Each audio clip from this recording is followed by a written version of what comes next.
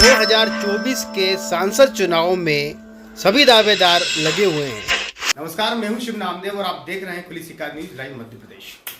मध्य प्रदेश की राजधानी भोपाल में सूरज ब्रह्म जी का आगमन हुआ है। बालाघाट सांसद प्रत्याशी के रूप में जहां दावेदारी घोषित करने आए हैं। अब देखते हैं सूरज जी, आप ये बताइए कि हमें अभी सूचना मिली थी कि आप बजरंग दल में बालाघाट से प्रथम जब बजरंग दल का गठन हुआ था तो आपको अध्यक्ष बनाया गया था। देखिए क्या होता है, मैं शुरू से आरएसएस से जुड़ा हुआ हूँ और आरएसएस का कट्टर समर्थक रहा हूँ जी।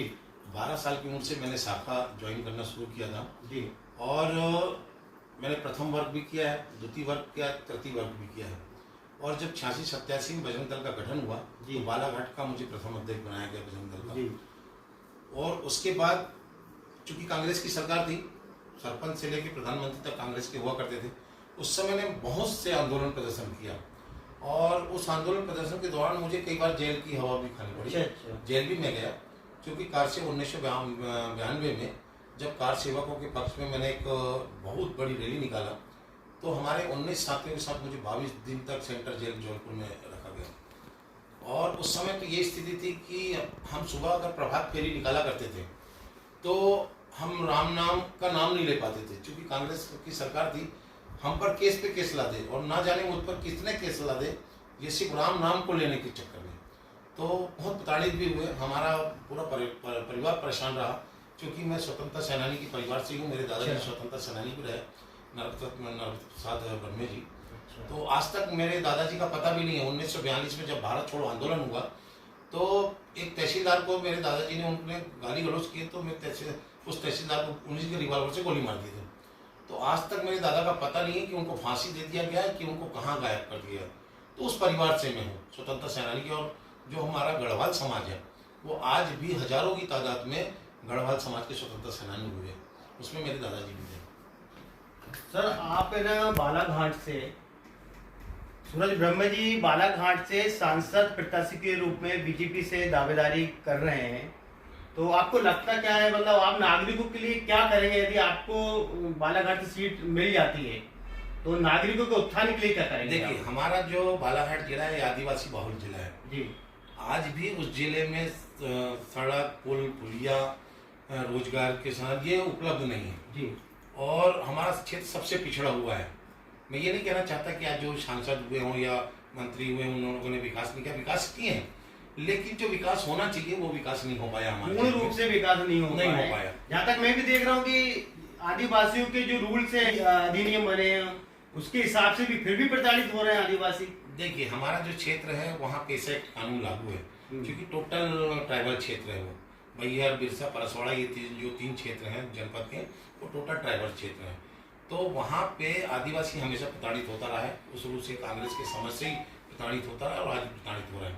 तो मेरा एक मानना है कि और एक तो रोजगार के साधन नहीं, क्योंकि वहाँ पे उद्योग धंधे नहीं, जबकि हमारे यहाँ मैंगनीज है, हमारे यहाँ कॉपर है, हमारे यहाँ सोना है, हमारे यहाँ लकड़ी के उद्योग बनाए जा सकते हैं। हमारे यहाँ जो आज खेती माल जा रहा है कॉपर का रॉ मटेरियल, वो वहाँ पे एक स्प्लिटिंग प्लांट डाल के वहाँ पे कारखाना खोला जा सकता है, जिसमें 10 लाख लोग काम कर सकते हैं।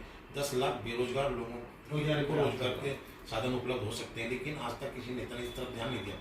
हमारे यहाँ बांस का, एशिया की सबसे ज्यादा उत्पादक क्षेत्र बांस का हमारा क्षेत्र है, लेकिन वहाँ कागज के कारखाने डाले जा सकते हैं, जिसमें हजारों लोग बेरोजगार लोग काम कर सकते हैं, उनको रोजी रोटी के साधन उपलब्ध हो सकते हैं, लेकिन इस पर भी ध्यान नहीं दिया गया। इस प्रकार का कोई उद्योग ऐसा अभी हमारा जंगल जो है, सबसे ज्यादा जंगल हमारा बालाघाट जिले में है ना। धान सबसे ज्यादा बालाघाट जिले में होता है, लेकिन ऐसा कोई उद्योग नहीं डाला गया हमारे नेताओं के द्वारा या कांग्रेस के नेताओं के द्वारा जो वहाँ के बेरोजगार लोगों को रोजी मिल सके। ये सब साधन हम उपलब्ध कराएंगे।